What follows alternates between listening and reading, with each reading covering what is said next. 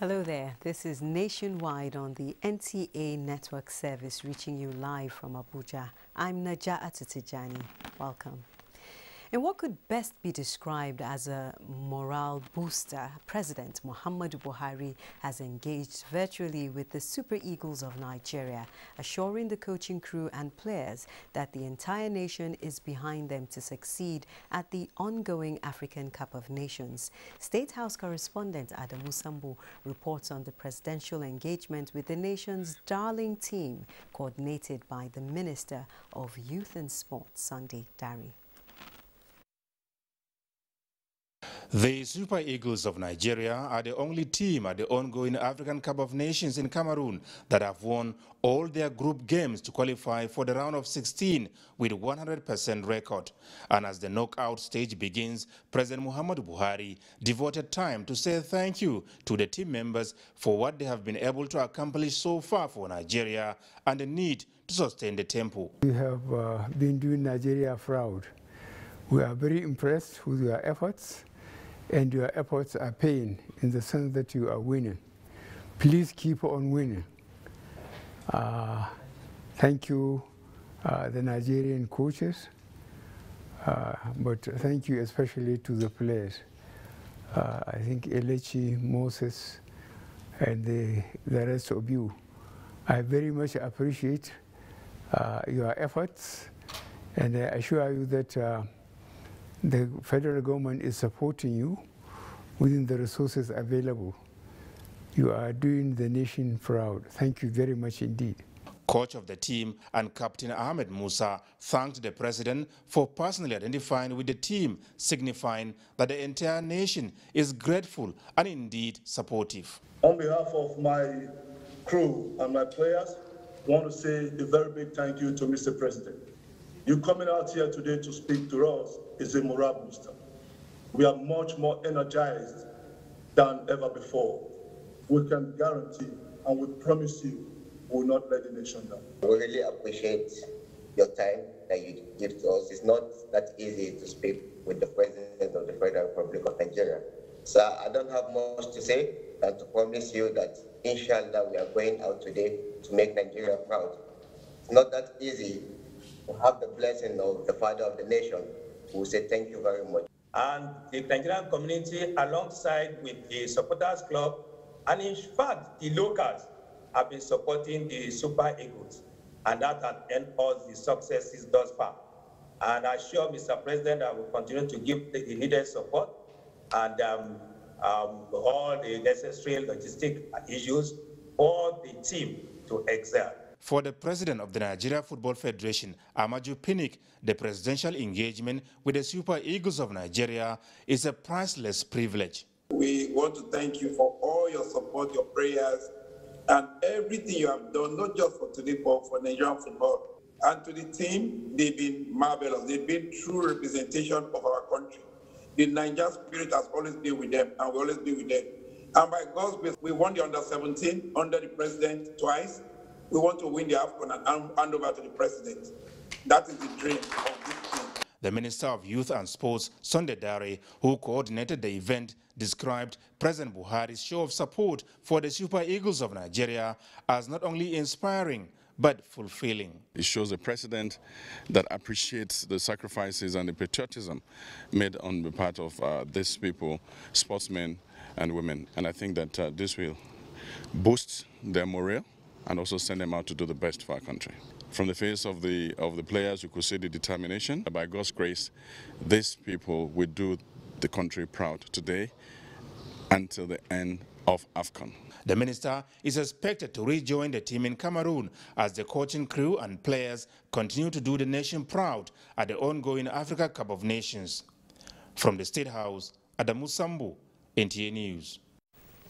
On the diplomatic front and as well as trade, President Muhammadu Buhari is advocating a UK-African Union free trade deal to revive intra-trade among the Commonwealth countries for improved economic development of Africa. Benny Adams takes us through the president's aspirations for a prosperous continent. African nations have for so many years been into economic partnership with Europe.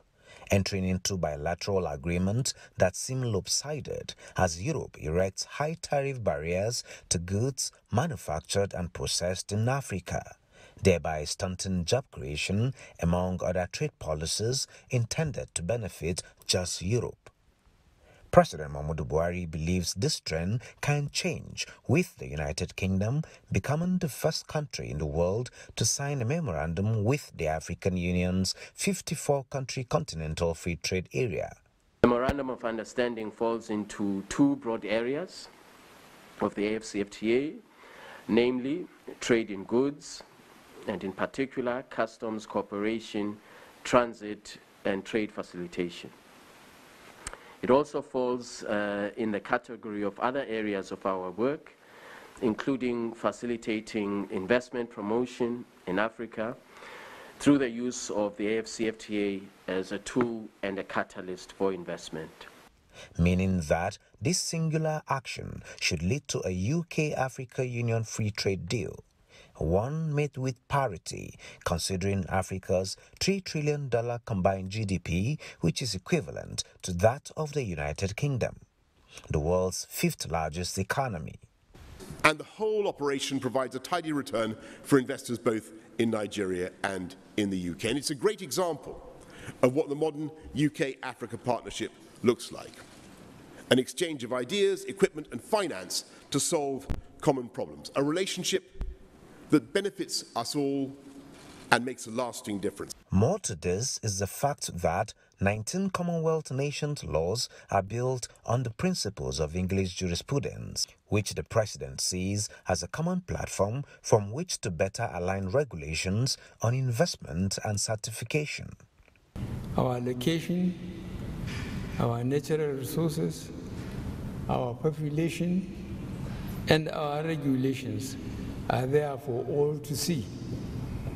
Nigeria on its way to becoming a leading industrial and trading nation in Africa.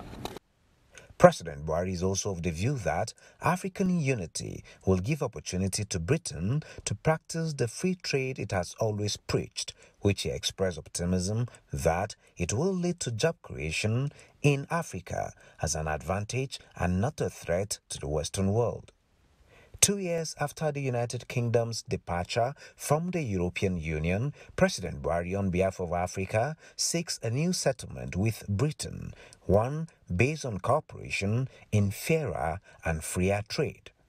He concludes with the optimism that, being the first mover amongst the G7 to seek a trade deal with Africa, the UK is positioning itself to secure the very best of terms and stands able to revive intra-Commonwealth trade, replenish its relations with the fastest growing market in the world, as well as tackle the causes of economic migration and create jobs and wealth that boost rather than threaten those at home.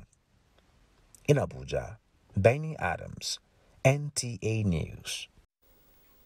Meanwhile, the chairman, House Committee on Foreign Affairs, Yusuf Baba Yakubu, says quick resolution of diplomatic issues by the federal government in 2021 has given assurance that more efforts are being put in place to protect Nigerians in the diaspora. This was while interacting with journalists on the activities of the committee in 2021. National Assembly correspondent Dayo Okunshola reports.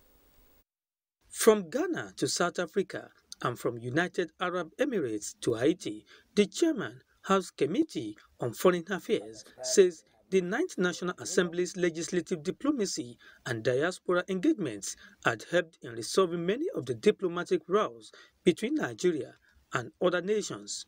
The problem with the Nigerian traders was also looked into, but during our discussion with the president, he was also open to where the legislators in Ghana can look into and legislate to see how those stringent measures are reduced. While assuring Nigerians that consular engagement will continue, the lawmaker hinted that the review of the nation's foreign policy has put Nigerians' interests anywhere on the globe in focus.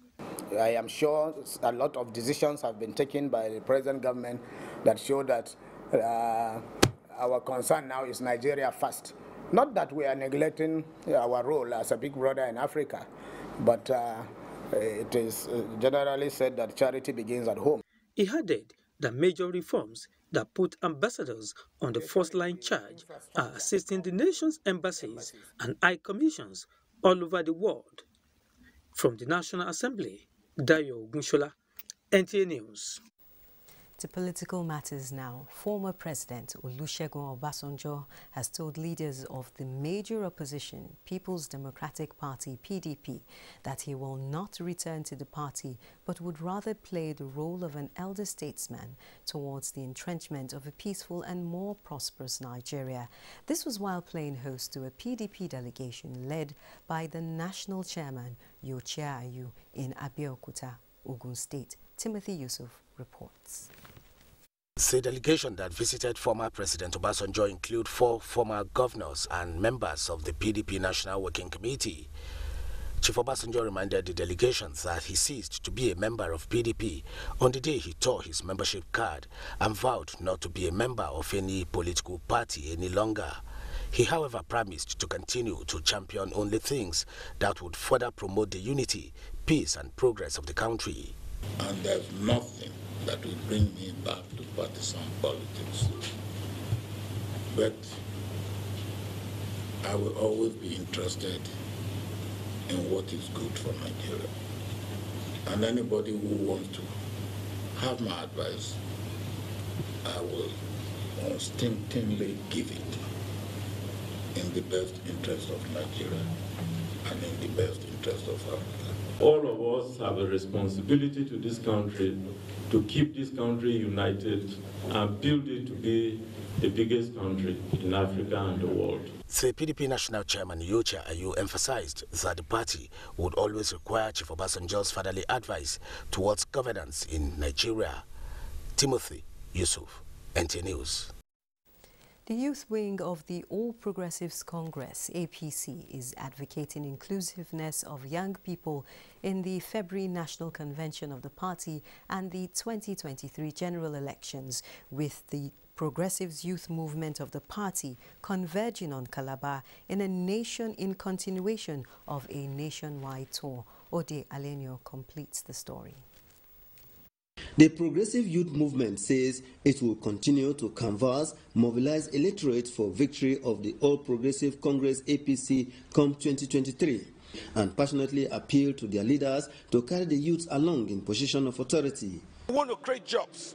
We want to take away insecurity. We know how to engage our generation, but we're not going to engage them on the sideline. We're going around the entire country. We're the only youth group going around the country because we are determined to achieve success. It's an opportunity to come and encourage young people to take part in leadership and to also encourage the organization that has taken its South-South Town Hall meeting to Cross River.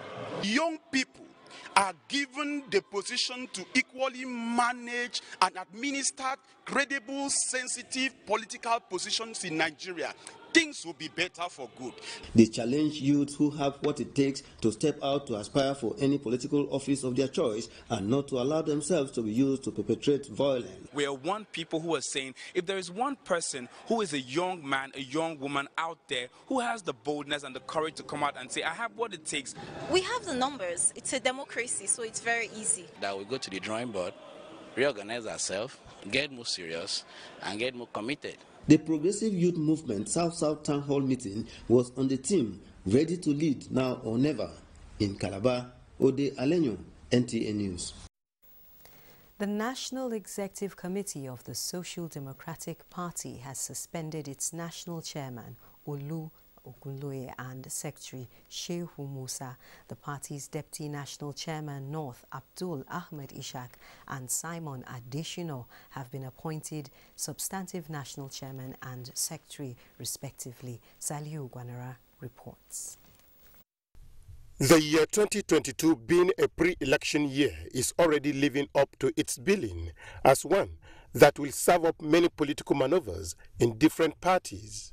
For the Social Democratic Party, SDP, some political housekeeping has begun, in the form of renewed intra-party jostling. Some party members, led by its Deputy National Chairman North, Abdul Ahmed Ishaq, organized a National Executive Committee meeting. Dr. Olu Agoloye, the SY Acting National Chairman of the Social Democratic Party, and Alhaji Shehu Musa Gabam, the Makaman Tilde, the LSY National Secretary of the Social Democratic Party, by the strength and the powers of the National Executive Committee, this minute, this day, stand suspended. The allegedly suspended National Chairman and Secretary, Olu Agunloye and Shehu Gaban, reacted to the decision of the purported National Executive Committee meeting. This is a null event. This is an illegal event. This is completely null and void. I can say to you categorically that the man called Alhaji Abdul Ahmed Ishaq had been suspended since the 17th of January after an NWC meeting. Absolutely, he doesn't have those powers. And those who attended, one are not NWC members. We have chairmen in the 37, including FCT. The chairmen that have attended, there are not more than 4. All others have not attended. The party stakeholders have urged its leadership to work in unity to impact the nation politically. In Abuja, Saliu Gwanara, NTA News.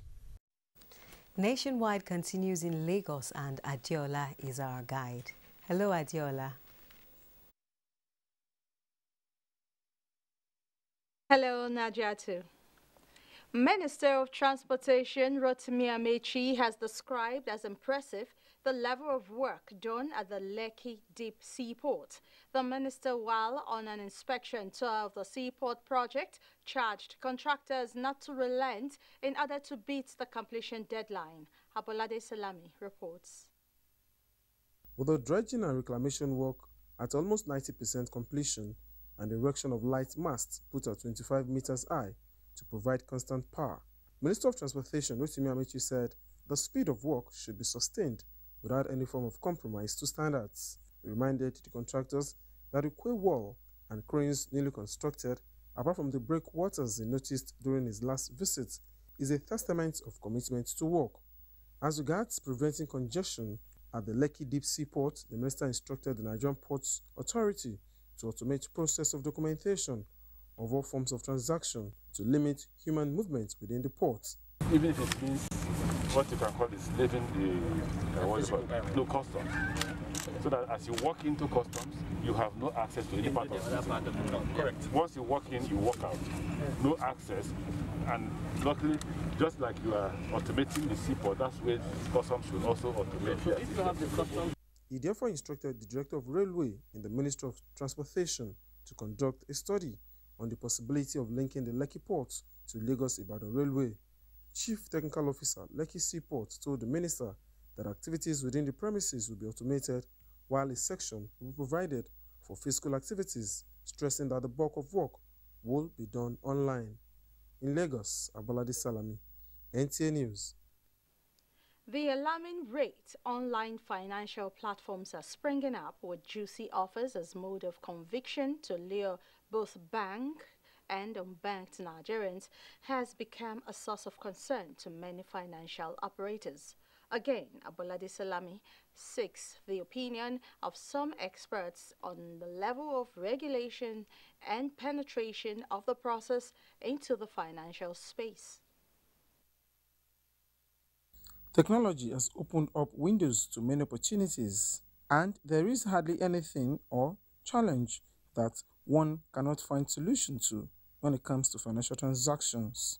It is very important for one to understand where one is putting or taking money from. This is to guide against avoidable risks. A lot of factors are taken into consideration before a bank will grant credit to borrowers. one of which is the state of the economy. So you look at, is the economy growing, is it contracting? Because the state economy will affect the capacity of any borrower to pay back. Then you look at the sector where the business operator is that sector expanding or contracting? Then you look at the individual borrower, what's the borrower's capacity to borrow, what's the borrower's integrity and willingness to pay back loans. Before now, the process of taking loans from financial institutions was cumbersome due to the man-hour lost and days before the money is received. Thanks to technology, as the process is now easier. Economic experts say, though, there are other genuine platforms where lenders can access quick loans without collateral. However, easy as it may sound, how safe is the process of online loan? Just for two reasons. One, the prices of that loan, which is interest rate, always very high and exorbitant, and other conditionalities, including strict collaterals. These are the two major issues.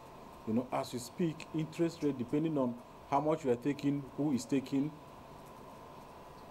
or individual or businesses, calculates to up to 30% all in. Our people need to be taught financial intelligence.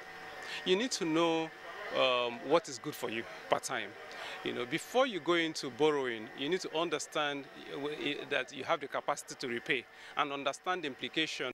With the spate of online fraudsters and cyber criminals who deliberately host online loan apps to enable them deprive unsuspected persons of their personal information with their bank details, experts have appealed to the regulatory body to sanitize the system against fraudulent acts.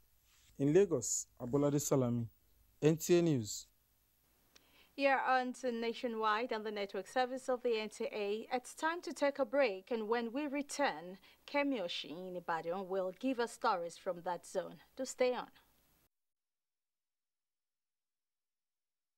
Hello and a warm welcome to Ibadan.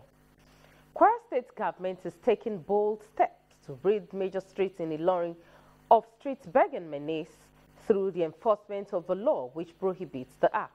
An agreement has therefore been signed by the government and representatives of the Hausa community in the state. Raliat Ibrahim has the reports. Street begging on major roads in Ilorin has become an eyesore, with many criticizing the development. The Kwara State Street Begging Prohibition Law 2006 sets certain punishment and penalty for street begging, which attracts a fine of up to 5,000 naira or imprisonment of up to 3 months. According to the Commissioner for Social Development, Abose Diaremu, it has become imperative to rid some major streets of beggars. Now we do evacuate them. We identify their state, their town, where they come from. Secretary to the head of beggars in Ilorin, Muhammad Lawal, in a telephone interview, said the group will cooperate with the state government in controlling the activities of beggars in Ilorin metropolis. Some respondents applaud the move, but want government to provide alternative source of livelihood for them. Well, it's good that the government cancel or take out street begging entirely so that the society will be free from insecurity and other crime. Except if the government go ahead to provide a better solution to helping this category of people so as not to go about begging. It's an eyesore to the society. Our street will be free. These are the people that you see in the night that turn to nuisance. Streets where beggars will soon be evacuated in Ilorin are Tanker Roundabout, Unity, Challenge, Ahmadu Bello Way, Post Office Area, and Gerin Alimi Underpass Bridge. Raliat Ibrahim, NTA News. And the life of a late show of Ogbomosho land has been described as a fulfillment and progress to Ogbomosho. Oyo State Governor Seyi Makinde stated these at a reception held to celebrate the late monarch at his palace in Ogbomosho. Lukman Hassan has details. Governor Seyi Makinde noting that Oyo State government will not relent in its developmental projects in the state, added that Oba Oladuni's vision for progress will be sustained for Ogbomosho land. The governor explained that more projects will soon be inaugurated in Ogbomosho land. Today, it's simply to identify with Ogbomosho land. While paying tribute to the late monarch, friends, family, and well-wishers described him as a king after the progress of his people. Called that since he came to Jos in 1944, He has done quite a great deal in the area of enterprise. Your determination to succeed and change the fortune of your lineage drove you to achieve success and greatness across many facets of life. Oba Oladuni Oyewumi was the 20th and reigned longest as son of Ogbomoso land in history.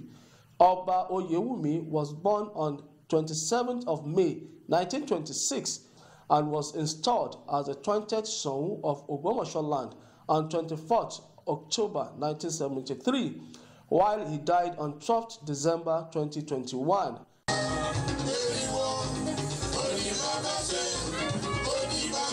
Lokman Hassan, NTA News. And that's it from Ibadan. Nationwide continues with Najatu in Abuja. Thank you. We're talking infrastructural development as well as power producing areas. The Hydroelectric Power Producing Development Areas Commission, HYPODEC, has distributed more than 3,000 life jackets to riverine communities prone to incessant boat mishaps in Niger State. The flag-off of the Lifeline project was preceded by a meeting of stakeholders in water transportation to chart new ways of curtailing boating accidents. Mukhtar Wu reports. Available records indicate that in 2021 alone, more than 250 people lost their lives in various boat mishaps across the country, with property worth millions of naira destroyed. Experts in water transportation attributed the tragic events largely to lack of proper safety measures for supervision and infrastructure. To therefore demonstrate its commitment to the protection of lives and property, as well as reduce boat mishaps, the Hydroelectric Power Producing Areas Development Commission, HYPODEC, flagged off the distribution of life jackets with the presentation of 3,170 pieces to Niger State government as a pilot scheme and initiative expected to be replicated in all the 6 states under the commission. Some of these communities have not ever even seen this life jacket in their lifetime. And some that have seen don't know where to even assess them. So that's why the governing council of HYPODEC gave us approval to include the procurement of life jackets in the first instance as an emergency and as of necessity to our activities. We wish to call on NIWA and other stakeholders to see how we can regulate, water transportation as we do, for other road users. The lifelines are to be shared among the affected emirate councils in the state for onward distribution to boat operators in their domains. Emina Mokhtar Wu, NTA News. And in the quest of bridging the housing deficit gap, especially for civil servants, the Independent Corrupt Practices and Other Related Offences Commission, ICPC, is providing quality and affordable housing to its staff through the ICPC Multi-Purpose Cooperative Society. The report. The chairman of the commission, who performed at the groundbreaking ceremony, says the interest of the commission is to provide affordable houses for staff. As you know, housing is one of the major needs of man generally, and so we are very happy to be part of this historic moment and to give all of our support to the ICPC staff to achieve one of the key needs that every person, which is getting shelter.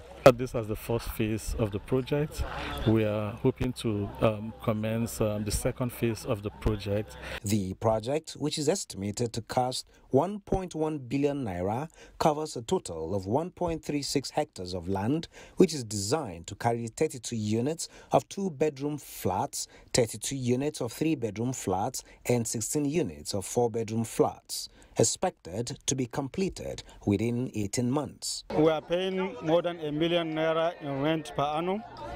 I think with this project, by the grace of God, if we are done with it, it will reduce a kind of hardship in paying that rent. And the ICPC coming up with this kind of project, at least it will give us a sense of belonging, and it will at least give us a house of our own. Housing in Abuja is a difficult task, but now having a house here, I'll use my resources for other things. The houses which will be built across the country is to be funded through mortgage. It's time to join Suleiman in our Kaduna studios for the continuation of Nationwide. Hello, Suleiman.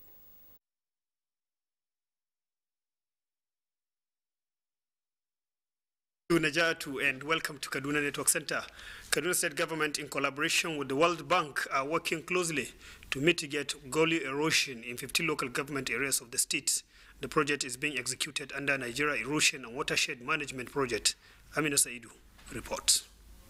Gully erosion is a major environmental hazard affecting more than 50 local government areas in Kaduna State, a situation which requires stringent measures to curtail reoccurrence. Under the first phase of the program, 50 local government areas are to benefit. It is expected that trees will be planted in the affected communities in addition to installation of solar boreholes as well as evacuation of waste products. They should appreciate the kind gesture extended to them, because we have million people out there that are waiting to have this kind of opportunity.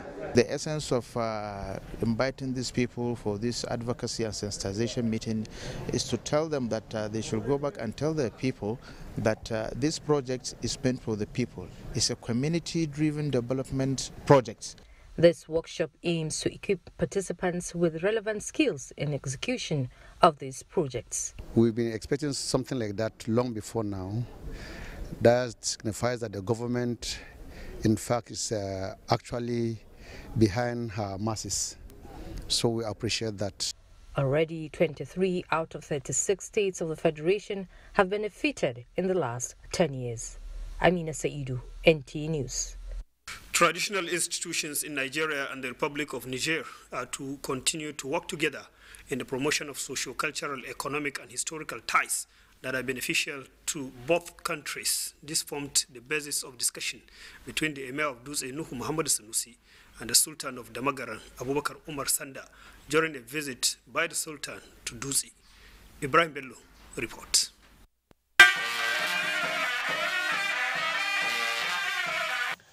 Receiving the Nigerian delegation led by the Sultan of Damagaran, accompanied by the emirs of Babban Tafki, Danchiyau, and that of Tambari, the emir of Dutse, Nuhu Muhammad Sanusi, went memory lane to recall trade and social interaction between Dutse Emirate and traditional institutions in Niger Republic, even before independence of the two countries.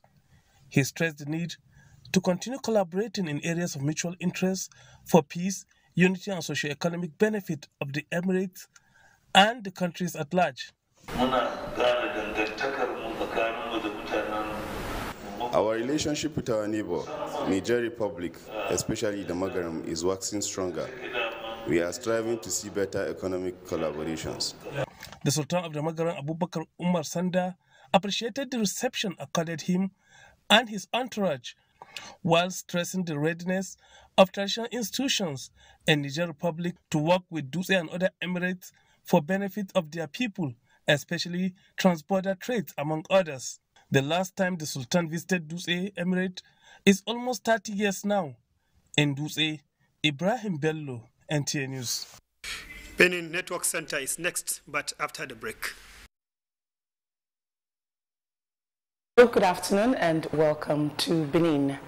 Nigerians say they may have at last devised the means to overcome the recurrent hardships and illiquidity associated with the first month of the year.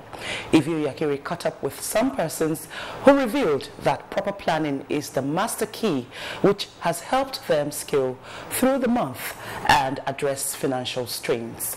Her report. January, the first month of every year. Just the mission sends shivers down the spine of some people. Finance and how to scale through, then ring a bell.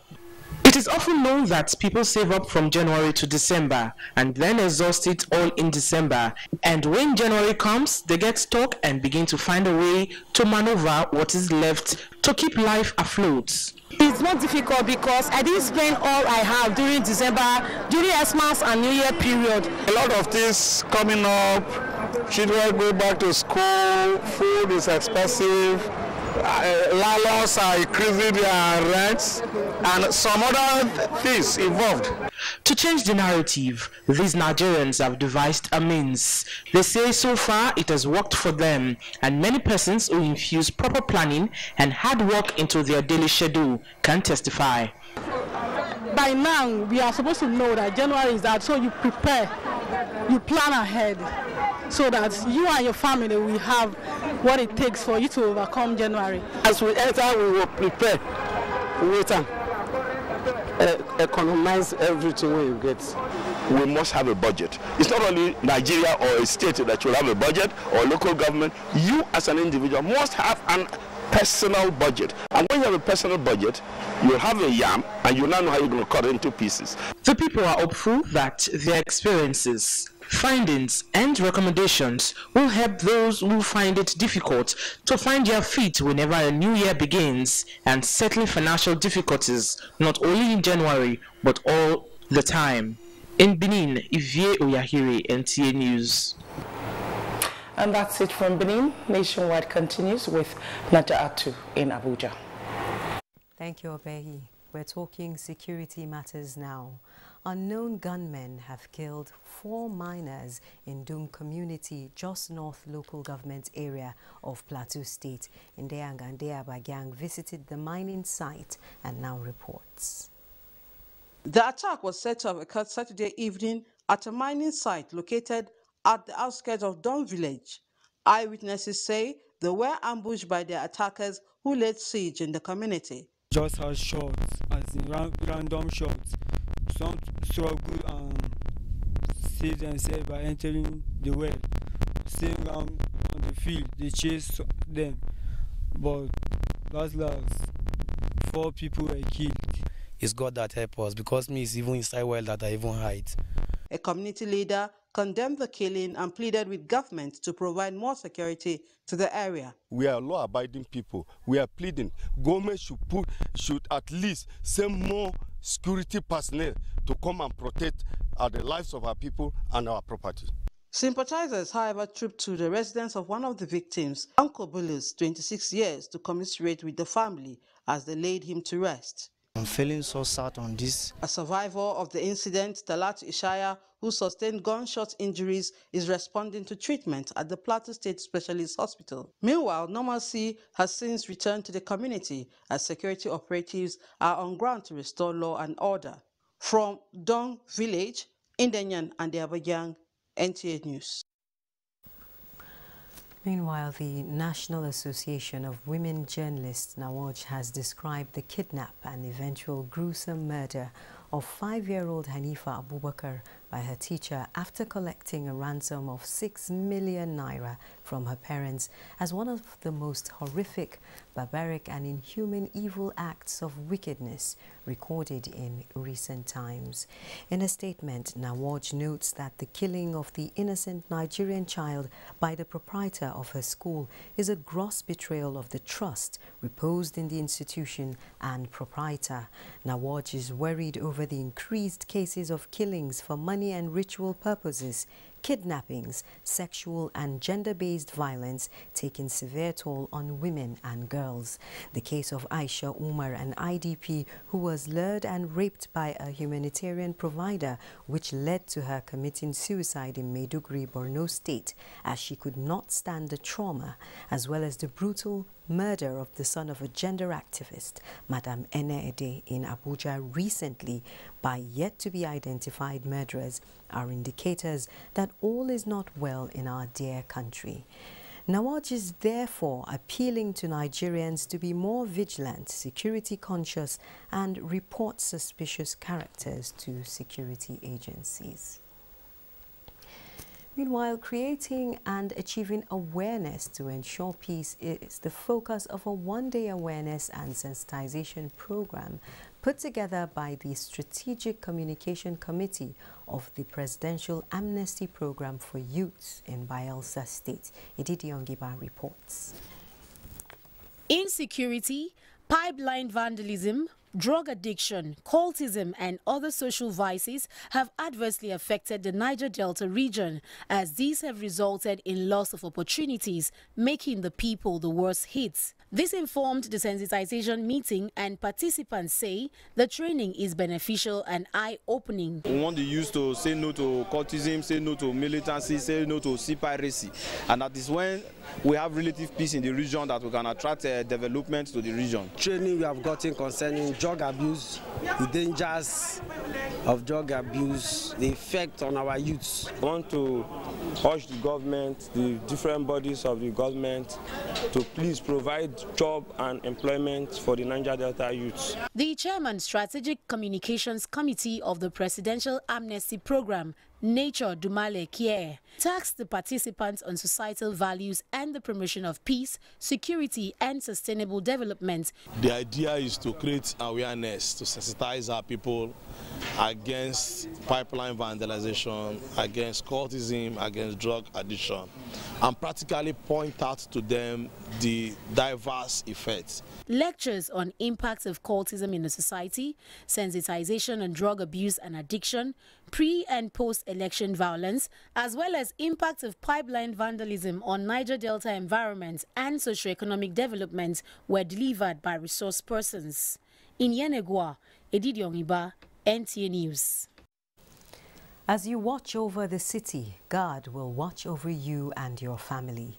Words of prayer from clergymen for officers and men of the Nigeria Police Force during the reception and dedication service held in honor of CP Benjamin Okolo and DCP Iyama Idebo at the Bayelsa State Police Command Chapel.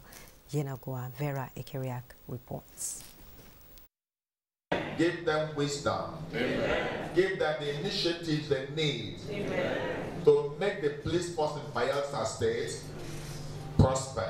Amen. That was the dedication of Commissioner of Police Bayelsa State Police Command, CP Benjamin Okolo, and the Deputy Commissioner of Police, CID, Iyama Idebo, at the Nigeria Police Chaplaincy Yenegoa. Apostle Ziliagri admonished officers and men of the command to be diligent in discharging their duties while praying for God's direction and protection for them and their families. The society should support them in welfare and supply of the necessary equipment. Government cannot do everything. Bayelsa State Commissioner of Police Benjamin Okolo, who acknowledged God's blessings upon him, his family and the command, appreciated the command for their sense of duty and display of professionalism during the Yuletide, and urged them to keep up the tempo. It's just to tell them, thank you for doing what you have done. Please, there's room for improvement. We will keep working to ensure that Bayelsa is made safe. The event was attended by officers and men of the command, representatives from sister agencies, civil society groups, clergymen, government representatives, among others. In Yenegoa, Vera Ekeriak, NTA News. The old police barracks in Kaba, Kogi State, has been razed by angry youths in the community following the alleged killing of a young man by a police officer. Jonathan Omajali reports.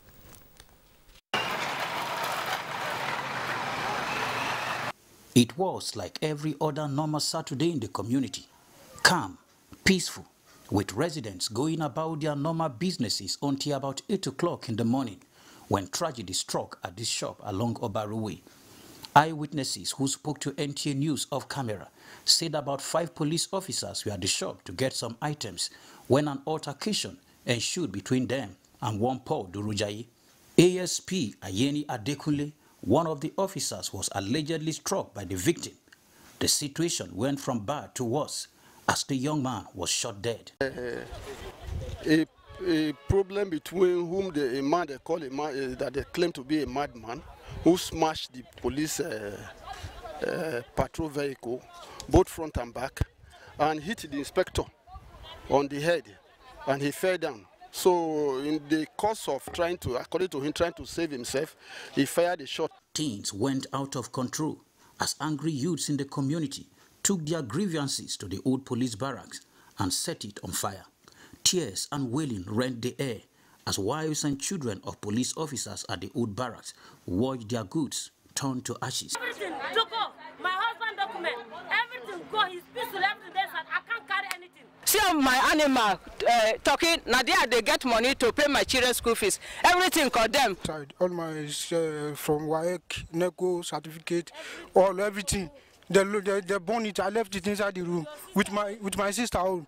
The body of Paul Durujaye has been deposited in the mortuary as investigations and arrest of suspects involved in the destruction of the barracks are ongoing. From Kaba, I am Jonathan Omajali, NTA News.